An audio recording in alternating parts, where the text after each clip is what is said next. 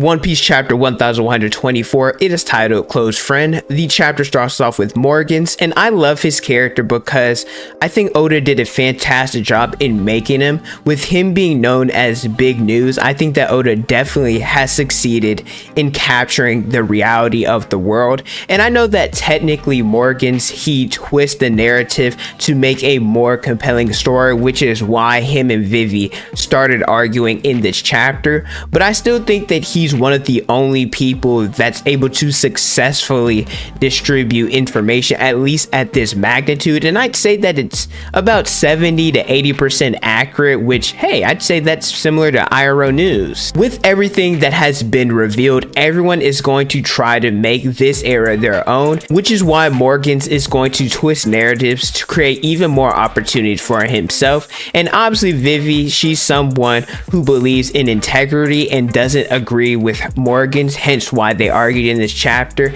And Morgan's like, hey, well, I'll end up luring you and, you know, selling out your information where you're at. We know what the Gora say, and everyone trying to go after Vivi and reclaim her.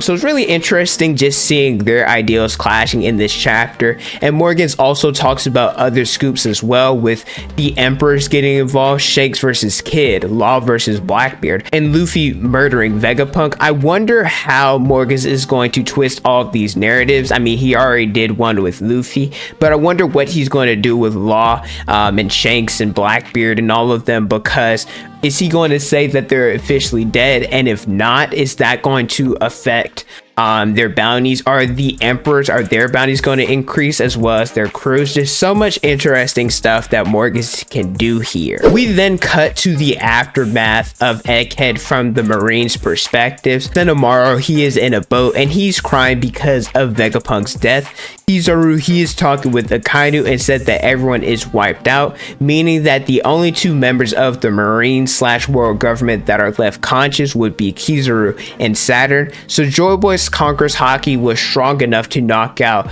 vice admirals, meaning that at the bare minimum you have to be an admiral in terms of strength and willpower in order to survive his Conqueror's Haki. I really like this part of the chapter because Akainu claimed that Kizaru was doing a sloppy job, and we know with Kizaru, his character, he's very lazy and he doesn't necessarily go all out when he should.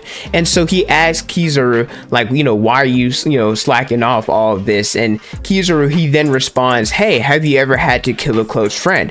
And this hits a little bit differently because Akainu, he couldn't bring himself to kill Aokiji when they fought at Punk Hazard. So there's a couple of panels of Kizaru and Vegapunk, just their past, seeing their interactions with Kizaru, and, you know, how he ended up helping him build Egghead, and he had to be the one to stab him in the heart. And so after these flashbacks, Kizaru, he says that if you doubt me and think that I'm, you know, doing a sloppy job, then come out here your dang self and see the job that I did. And you see, you know, him crying, you see Vegapunk, well, we know that he was dead, and we see, you know, just all of Egghead being destroyed. And I love this because this is the first time that we see some actual like emotion from Kizaru. He's really laid back, really like doesn't, I guess, show emotion like this. So it's really interesting to see this. And Akainu, he apologized. He said, I'm sorry, brother, you know, saying for what he said. It just shows how close of a relationship that these two have. I will say, to be fair, if you look at it from the Marines' perspective,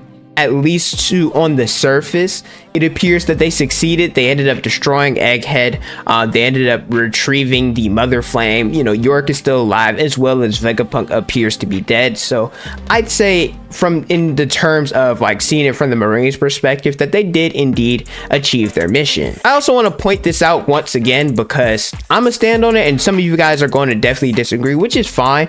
But Kizaru definitely could have gotten back up during this fight if he wanted to and fought during Egghead. I'm a firm believer that he was physically fine. It was just his spirit that was shattered after killing Vegapunk. But if you guys disagree with it, you know, I mean, it's not really much I can do to try to convince you. But if you guys have made it this far into the video, let me know by leaving a like, subscribing to the channel, and hitting the notification bell so you guys never miss out on a new video. We pump out different content all the time. There are a couple of Straw Hats that are reflecting on what happened during this incident, including Zoro, Frankie, and Jinbei. And I think these characters were chosen because they're more logical and don't act on impulse. I guess you can also put Robin in there, and that's not to say that they don't have their moments when they can act on impulse, but more likely than not, they're very logical and don't end up doing that. So we're getting some reflection. They talk about how Luffy's dejected and feels like he didn't achieve his goal, which they kind of didn't, and I'll explain that a little bit later. But under the circumstances, I'd say that they did the best that they could, because they had to go against the 5 elders, Kizaru,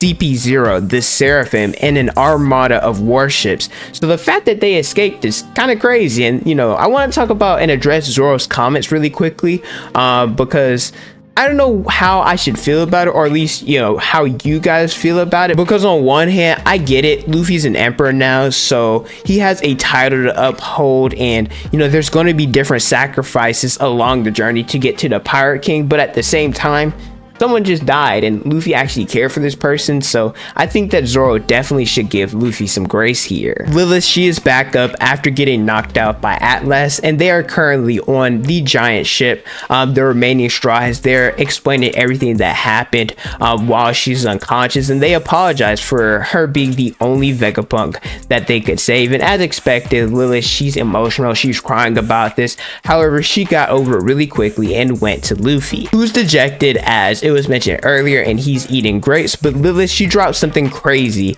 and says that everyone is still alive. They're functionally dead, but everyone's still alive, and we know everything that's involved with the Punk records and how that works. So I think Lilith is saying that the data from the other satellites, they were transferred over to her, and that's how they're alive. So technically Vegapunk still lives. It's kind of like the body died but the spirit still is alive, and I know it's not the same, but this kind of reminds me a little bit of what we believe inherited will to be, and how people who die, their dreams such wills live on through someone else. I will say it's pretty funny how at the beginning of Egghead, Lilith, she stated that she wasn't the main Stella body, and at this time currently she's the only Stella body, so that would mean now she's the main Stella body. Since Vegapunk technically lives, Luffy is no longer dejected, and he's ready to start the party. He doesn't care if it's the Giants or anybody else that is going to oppose him. Luffy, he's going to get the One Piece and become the Pirate King. We get a toast, and I always love these type of panels, just seeing everybody celebrate. There's the Straw Hats, the Giants, there's Lilith and Bonnie are there, which is kind of crazy because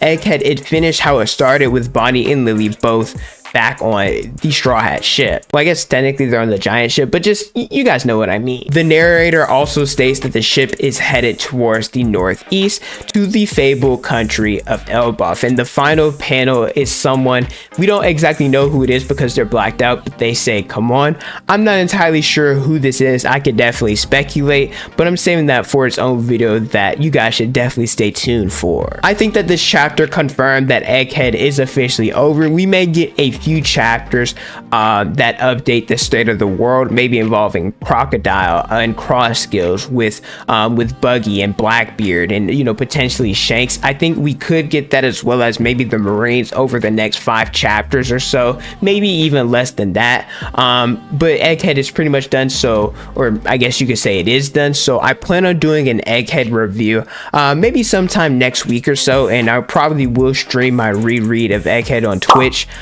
before I do my review. So if you guys want to hang around for that, definitely follow me on Twitch. It's on the screen and in the description below. But thank you guys so much for watching. Let me know how you guys feel about Egghead as an arc in totality, and how you guys felt about this chapter. Don't forget to like, comment, and subscribe. Hit the notification bell so you guys never miss out on a new video. Follow me on Instagram, Twitter, and TikTok is on the screen and in the description below. Thank you guys so much for watching, and don't forget to unleash your potential.